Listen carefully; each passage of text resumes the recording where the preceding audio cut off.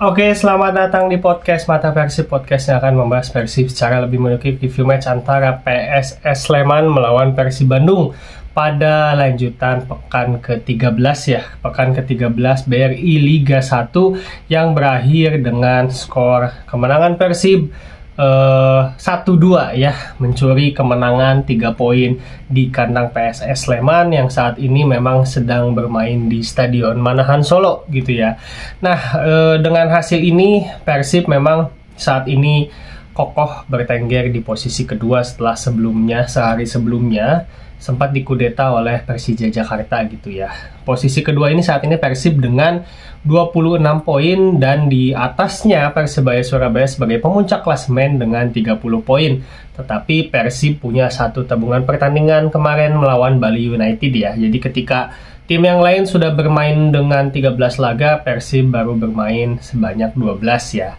Seperti itu. Jadi seandainya Persib pun memenangkan pertandingan lawan Bali dan matchnya sama dengan tim yang lain, maka Persib saat ini hanya berselisih 1 poin saja di belakang Persebaya Surabaya. Jadi memang ini mulai ketat untuk 3 besar, tetapi mulai ada jarak untuk posisi 5 ke bawah ya. Itu jadi memang kita juga sempat pernah bilang beberapa episode ke belakang bahwa jadwal Desember yang padat ini akan mulai meregangkan posisi di klasemen gitu ya. Ketika sebelumnya dari posisi 1 sampai posisi 8 itu jaraknya tipis-tipis, sekarang udah mulai tebel gitu ya. Jarak Persib dari 1, 2, 3 sampai ke akhirnya ke posisi 8, 9 itu udah mulai lumayan enak lah. Makanya kenapa ketika Desember ini ada kepleset, yaitu bisa jadi berbahaya gitu. Alhamdulillah di pertandingan barusan Persib masih meneruskan tren positif, unbeaten, dan bisa mendapatkan poin penuh juga, poin yang penting melawan PSS Sleman yang saat ini memang sedang ada di papan bawah ya, sedang ada di dekat-dekat dengan jurang degradasi. Seperti itu. Oke, sebelum kita review lebih lanjut untuk matchnya, jangan lupa untuk subscribe channel ini, channel Mata Persib. Jangan lupa juga untuk komen, ramein di kolom komentar pandangan-pandangannya mengenai pertandingan tadi. Dan jangan lupa juga untuk di follow sosial media di @matapersib ya. Jangan lupa. Oke. Di pertandingan ini ya memang secara overall ini bukan pertandingan yang enak atau bukan pertandingan yang nyaman untuk saya tonton tadi ya, setidaknya. Apalagi di babak pertama cenderung ngantuk gitu ya dari Persib itu, aliran serangannya nggak bagus-bagus banget eksekusinya. Lalu di sebaliknya pun PSS Sleman sebagai tuan rumah pun tidak begitu banyak mengancam secara umum. Tetapi kalau kita lihat lagi memang di pertandingan tadi itu banyak duel-duel yang cukup keras juga di lini tengah yang sedikit banyaknya memang lumayan mengganggu flow bola gitu, aliran bola dari kedua tim gitu loh. Nah, sementara untuk line up-nya Persib sendiri, ini line up yang mirip dengan saat kemarin tampil melawan Zhejiang terakhir ya di minggu lalu. Berbedanya hanya di satu pos aja, yaitu di central forward-nya, strikernya sekarang udah turun kembali David Da Silva. Alhamdulillah, berarti David secara kesiapan sudah bisa kembali turun dari menit pertama ya secara match fitness. Sisanya sama, tetapi memang pendekatan yang digunakan kalau sebelumnya lawan Zhejiang itu formasi dasarnya bermain dengan 3 center back atau dengan formasi 5-4-1 atau dengan formasi 5-2-3 gitu ya variasinya. Nah, kalau tadi defaultnya bermain kembali dengan 2 center back atau dengan formasi 4-2-3-1 atau 4-3-3 gitu ya. Jadi Gustavo Franca dan Nick duet sebagai center back, Rahmat Irianto kembali ditampilkan sebagai bek kanan, Edo Febriansah di bek kiri, Kevin Mendoza di kiper. Nah, double pivotnya di depan bek ini ada McClough dan Matteo Kocijan. Lalu Adam Alis juga dipasang di situ. Tadi itu role-nya Adam Alis memang tampak seperti box to box ya, dia maju mundur sama baiknya gitu, penyeimbang untuk di lini tengah dan banyak juga melakukan duel-duel di lini tengah gitu ya. Lalu Beckham Putra Beckham Putra tampil seperti biasa agak melebar ke kanan sebagai wide midfielder, David Da Silva di tengah dan Jura Alves di sayap kiri. Nah, meskipun tampil dengan formasi 4-2-3-1 ya, tetapi beberapa kali terlihat ketika dalam posisi transisi bertahan itu Matteo Kocijan itu mengisi mundur gitu ya. Jadi kayak sejajar 3 back lagi gitu. Beberapa kali Matteo Kocijan pergerakannya seperti itu gitu. Jadi menjaga supaya nggak kalah jumlah ketika si PSS menyerang dari sisi flank gitu ya. Karena penyerangan PSS memang banyak diarahkan ke sisi sayap gitu ya, ke si Gustavo Constantins, ke si Nicolau Cardoso gitu. Di situ ada pemain-pemain cepat yang memang setup serangannya PSS itu ke sayap crossing, ke sayap crossing gitu. Karena di sana juga memang Danilo sama si Gustavo Tocantins ini seringkali tukeran gitu. Kadang si Danilo yang di tengah, kadang si Danilo-nya melebar dan Gustavo yang mengisi gitu. Jadi memang sepertinya kalau kita sudah tahu gitu untuk permainan Gustavo Tocantins ini di klub-klub sebelumnya, di Barito gitu ya, di Persikabo, dia memang striker yang tidak benar-benar murni nomor 9, tetapi dia juga bisa melebar karena dia juga punya kecepatan dan off the ball yang bagus. Itulah yang atribut yang dimanfaatkan tadi ya, makanya beberapa kali melebar gitu. Nah, ternyata si Danilo pun 11-12 tipenya seperti itu, bukan striker yang memang menunggu di kotak penalti, menunggu di depan, menunggu umpan matang, tetapi Danilo juga banyak untuk turun membantu serangan dan banyak melakukan switch posisi dengan Gustavo Tocantins gitu. Nah, untuk si PSS sendiri ketika bertahan dia memasang struktur atau shape 5-4-1 gitu ya, menyisakan Gustavo Tocantins atau Danilo tadi yang di depan untuk pressing mengganggu setup Persib ketika melakukan umpan dari bawah gitu. Jadi secara bloknya dia agak rendah gitu ya, numpuk pemain di di lini belakang sampai ke lini tengah gitu. Makanya Persib agak kesulitan untuk melakukan progresi dari bawah gitu ya, baik itu oleh Klok maupun Matteo. Makanya sering Klok ini juga bantu lewat dribble dulu gitu ya. Jadi harapannya ketika Klok atau Matteo juga tadi beberapa melakukan dribble dulu ke depan sendiri, itu harapannya memang untuk memancing lini tengah si PSS supaya lepas dan membuka ruang celah supaya bisa passing antara ke David da Silva atau ke sisi flank gitu. Jadi tadi agak numpuk, makanya bolanya agak susah untuk dialirkan ke David da Silva gitu.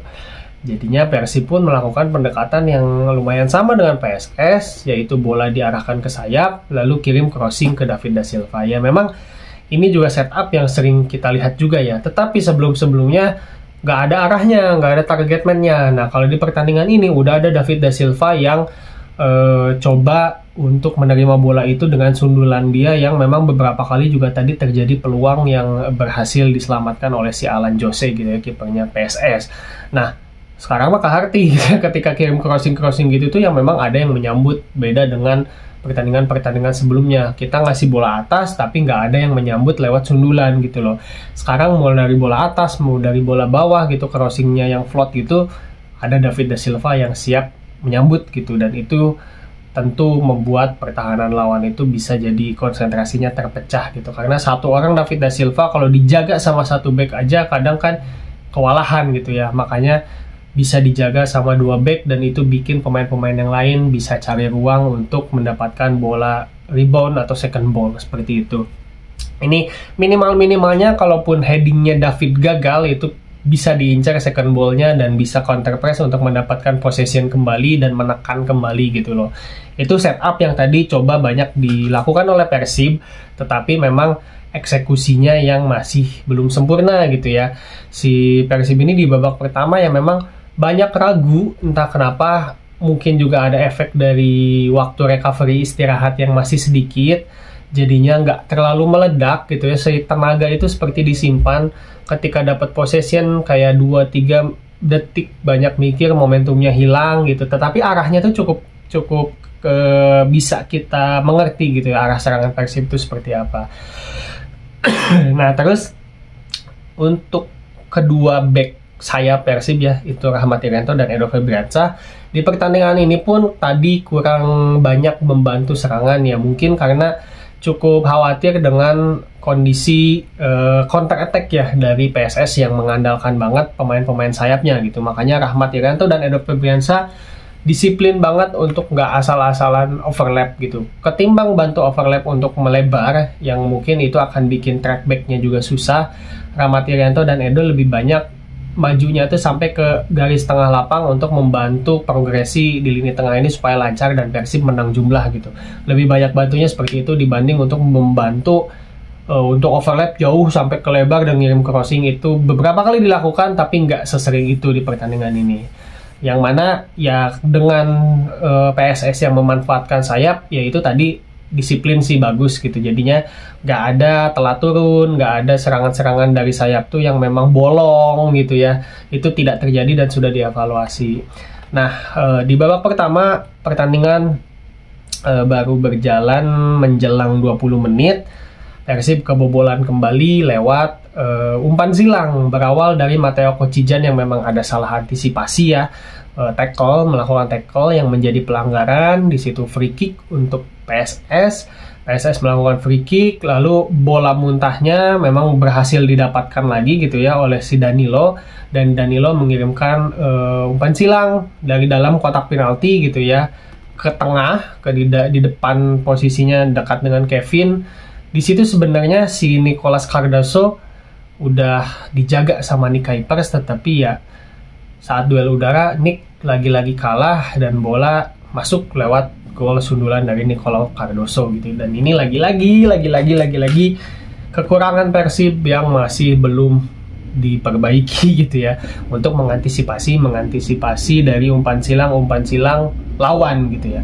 Praktis memang setelah gol ini PSS juga melakukan pendekatan yang sama gitu ya, beberapa kali melakukan crossing untuk bisa disambut sundulan gitu oleh strikernya seperti itu. Karena ya memang Persib itu kalau untuk pertahanan, organisasi pertahanannya secara struktur nggak pernah ada masalah sebenarnya gitu ya. Tetapi kesalahan individu ini muncul ketika mengantisipasi bola silang ya. Entah kenapa ya, mungkin harusnya dari tim kepelatihan dan Bojan Hodak juga lebih tahu letak kesalahannya itu di mana gitu ya. Apakah memang benar-benar dari individu yang nggak mulus eksekusinya, dalam hal ini ya mungkin di gol tadi adalah Nick Kuipers gitu ya, secara duel ragu untuk clearance, atau emang ada peran-peran saling menjaga, siapa yang jaga siapanya itu yang nggak jelas atau gimana, itu kita nggak tahu. Kita hanya melihat di TV yang terjadi adalah Nick beberapa kali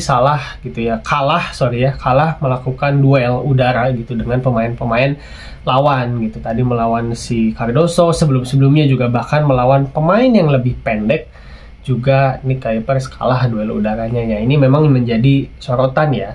Kita mungkin bukan untuk mencari kambing hitam atau apa, tetapi yang terlihat di pandangan mata seperti itu. Yang mudah-mudahan ini bisa diperbaiki lah, karena sebenarnya ini tidak perlu terjadi gitu ya. Persib itu bisa tampil clean sheet karena PSS pun di pertandingan ini total hanya menciptakan 3 shot on target dan 2 diantaranya itu gak terlalu membahayakan gitu loh.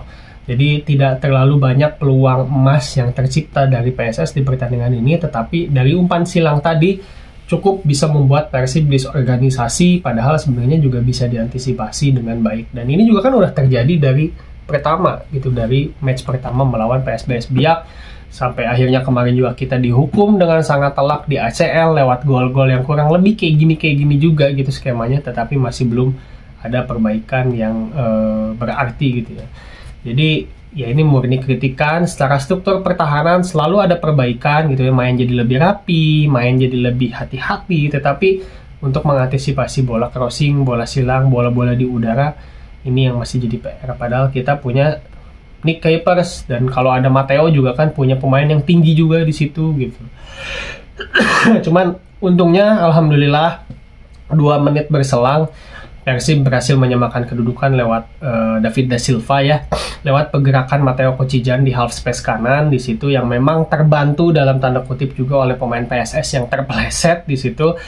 Lalu saat Matteo mengirimkan umpan crossing dari dalam ya ke kotak penalti, bolanya juga nggak terlalu kencang, nggak terlalu tajam, tetapi di situ ada kesalahan antisipasi juga oleh Kleberson yang pada akhirnya bola berhasil dilesakkan oleh David Da Silva menerima umpan yang matang gitu ya dari Matteo Kocijan gitu.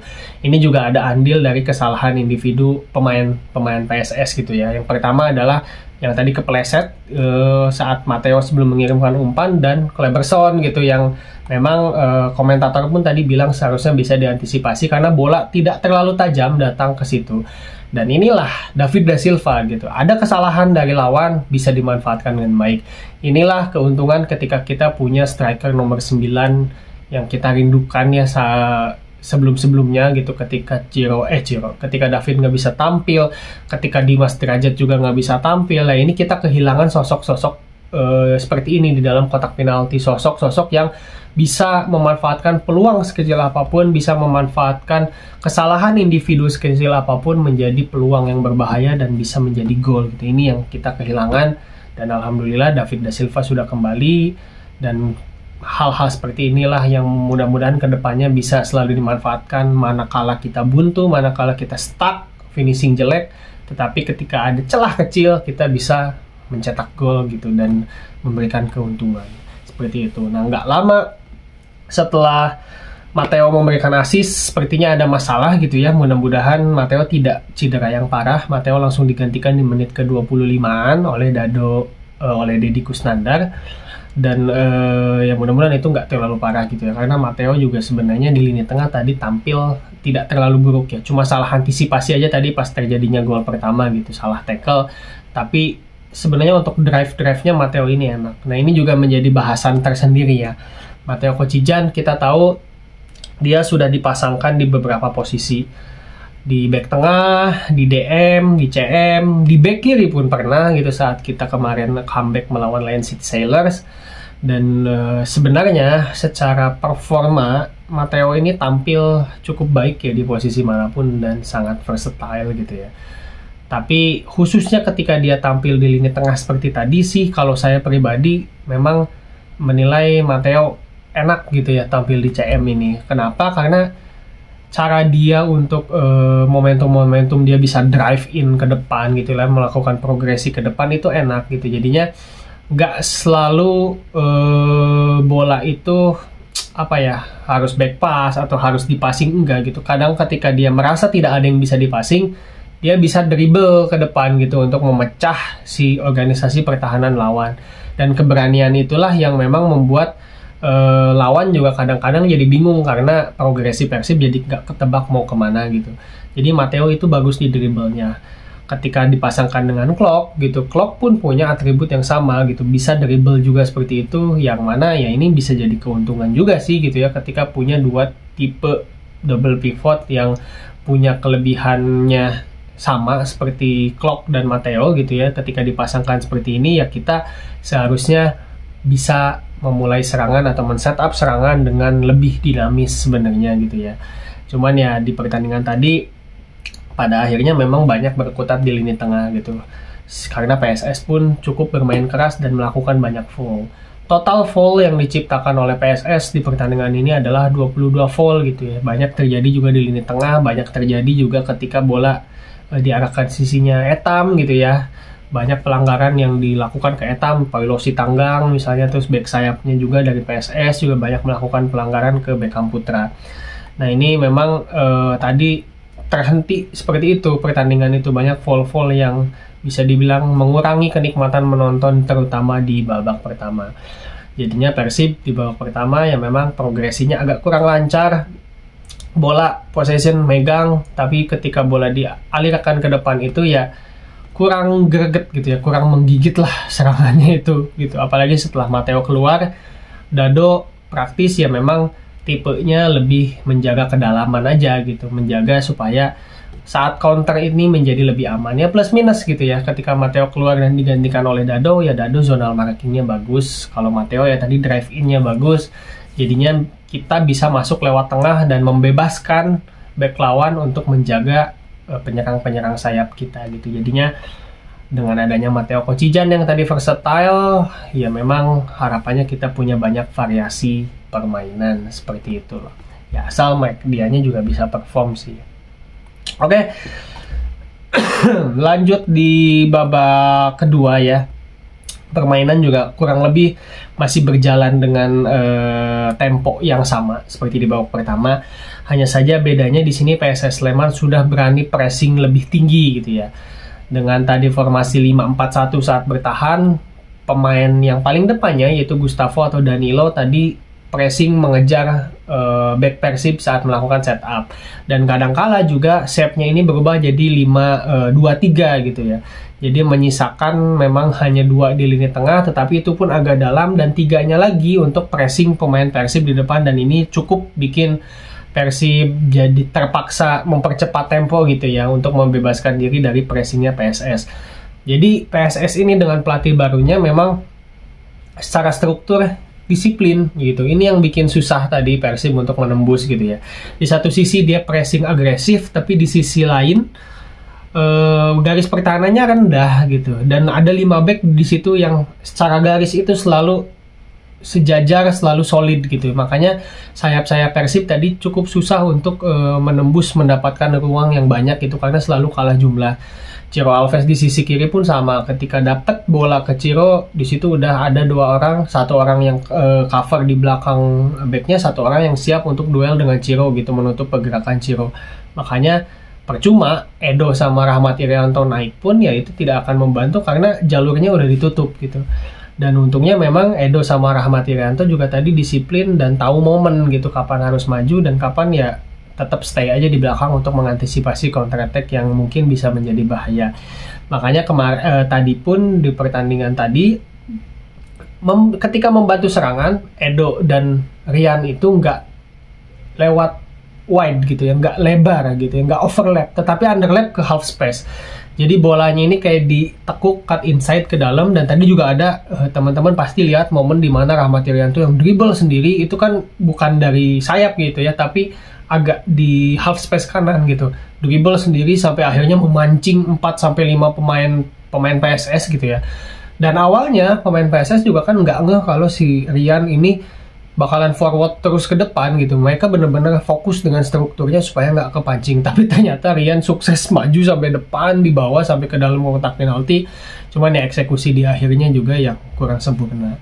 Nah, sementara dari sisi kiri, fullback kiri, Edo ya tadi nggak terlalu bisa banyak menembus, banyaknya ya cut inside, tapi ketika dia cut inside otomatis kakinya jadi harus kaki kanan gitu yang eksekusi, dan tadi nggak dapat momentum untuk bisa membantu entah itu tendangan dari jarak jauh atau itu mungkin mendapatkan peluang, tadi nggak terlalu bisa gitu. Jadi jarang tadi melihat Edo membantu serangan seagresif biasanya karena menjaga kedalaman untuk mengantisipasi counter attack dari PSS Sleman. Seperti itu. Lalu mungkin pertandingan atau permainan dari Persib ini mulai agak ada bensinnya lagi gitu ya, ketika Terone Del Pino masuk dan Dimas Derajat juga masuk gitu di sini menggantikan Beckham Putra dan Adam Alis. Si Dimas ditampilkan di sayap kanan dan Terone Del Pino yang di nomor 10-nya. Dibanding Adam Alis yang memang menjaga balance di lini tengah, Terone ya tentu menawarkan lebih banyak kreativitas gitu sebagai nomor 10 murni.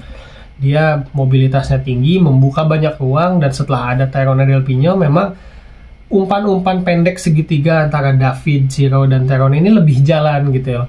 Karena ya Terone ya itu punya kelebihan di situ gitu. Pemahaman ruang dia itu, football IQ-nya juga lebih tinggi dibanding pemain-pemain yang lain untuk melakukan kombinasi.